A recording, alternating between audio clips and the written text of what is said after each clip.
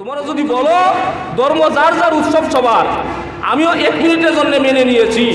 তোমরা হিন্দুদের দুর্গা পূজায় যাওয়ার জন্য বলো ধর্ম যার যার উৎসব সবার, ঠিক আছে। তো আমাদের কুরবানির সময় তোমরা এটা স্লোগান দাও, ধর্ম যার যার উৎসব সবার। তোমরা যে এইভাবে দুর্গা পূজা প্রসাদ খাইছিলা, এখন হিন্দুদেরকে ধরে ধরে গরু গোশত খাওয়াবো। কারণ ধর্ম যার যার উৎসব সবার। কুরবানি মুসলমানদের, কুরবানির গোশত প্রত্যেকটা হিন্দু বেঈমান সবাই খাবে, জোরে কোন ঠিক কি ঠিক না?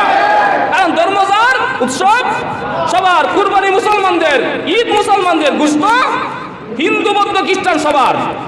হিন্দুদের দুর্গা পূজা যখন আসে তখন তাদের সুশীল সমাজরা একেবারে সংসদ পর্যন্ত, দুর্গা পূজা আসলে সংসদ পর্যন্ত সুশীল সমাজরা কথা বলে ধর্ম যার যার উৎসব সবার।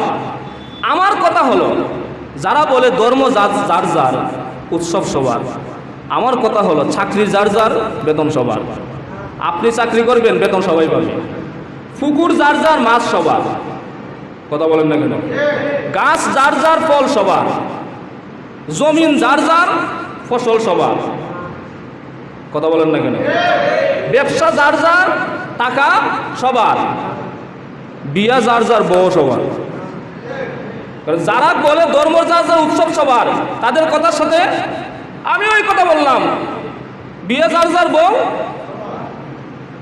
এটা যদি না বলো যে না চাকরি যার বেতন তার, পুকুর যার মাছ তার, গাছ যার ফল তার, জমি যার ফসল তার, বিবাহ যার বউ তার, তাহলে ধর্ম যার উৎসব, জুড়ে কথা বলেন, ধর্ম যার উৎসব তার। যার যার ধর্ম যার যা পালন করবে, যার ধর্মের উৎসব সেই পালন করবে, অন্য কেউ পালন করবে না, জুড়ে কোন ঠিক কিনা? এটা হলো হিন্দুদের পূজার প্রসাদ খাওয়ার জন্য এই কথা বলে। তাদের কথাও যদি এরকম ঠিক হয়, আমিও বলি তোমাদের কথা যদি আমরা মেনে নেই, তোমরা যদি বলো ধর্ম যার যার উৎসব সবার, আমিও 1 মিনিটের জন্য মেনে নিয়েছি। তোমরা হিন্দুদের দুর্গা পূজায় যাওয়ার জন্য বলো ধর্ম যার যার উৎসব সবার, ঠিক আছে। তো আমাদের কুরবানির সময় তোমরা এটা স্লোগান দাও, ধর্ম যার যার উৎসব সবার। তোমরা যে এইভাবে দুর্গা পূজা প্রসাদ খাইছিলা, এখন হিন্দুদেরকে ধরে ধরে গরু গোশত খাওয়াবো। কারণ ধর্ম যার যার উৎসব সবার। কুরবানি মুসলমানদের, কুরবানির গোশত প্রত্যেকটা হিন্দু বেঈমান সবাই খাবে, জোরে কোন ঠিক কি ঠিক না? কারণ ধর্ম যার উৎসব সবার। কুরবানি মুসলমানদের, ঈদ মুসলমানদের, গোশত হিন্দু বৌদ্ধ খ্রিস্টান সবার। যদি এই স্লোগান দিতে পারো, তাহলে সংসদে বৈশা ভাষণ দিবা আর বলবা ধর্ম যার যার উৎসব সবার। যদি এটা বলতে না পারো, তাহলে একটা স্লোগান দিবা ধর্ম যার উৎসব তার। এই সুশীল সমাজরা চুলকানি শুরু হয়, দেখবেন কুরবানি আসলে।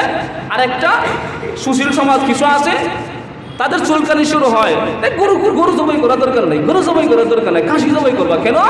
গরুর এখন গরু বলে ওদের বাবাদের মা লাগে, ওদের দাদা বুঝেন না? পাশের রাষ্ট্র দাদাদের মা লাগে গরু, এই জন্য এটা জবাই করা যায় না, এটা গোশত খাওয়া যায় না। মার গোশত খাবে কিভাবে? আমিও তাদেরকে বলি, তাহলে ঠিক আছে মার গোশত খাও না, গরুর গোশত খাওয়া যায় না। গরুর চামড়া দিয়ে কি করে? কথা বলেন না কেন? চামড়া জুতা বানায়। হিন্দুদেরকে বলি তোমার দাদাদেরকে জিজ্ঞাসা করো, তোমার দাদারা কি চামড়া জুতা পায় দেয় না? কথা বলেন না কেন? তোমার দাদাদেরকে জিজ্ঞাসা করো, তারা কি চামড়া জুতা পাওয়া যায় না? গরুর গোশত যদি মার গোশত হয়, মার গোশত খাওয়া যায় না। মার চামড়া দিয়ে জুতা বানায়, জুতা পায়ে পরা যায়।